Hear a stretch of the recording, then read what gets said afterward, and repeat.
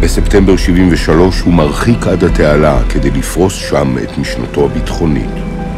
כל עוד אנחנו עומדים על גדות התעלה, אין למצרים כל סיכוי לנצח במלחמה או להשיג הישג כלשהו במלחמה כוללת או במלחמה חלקית. אבל זהו בהחלט גבול עליו ניתן למנוע מלחמה.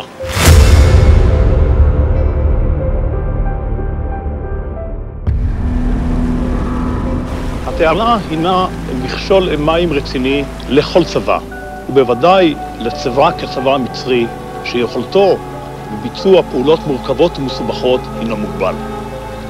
בצד שלנו, מערך קטן, ללא כל השוואה בגודלו למערך המצרי.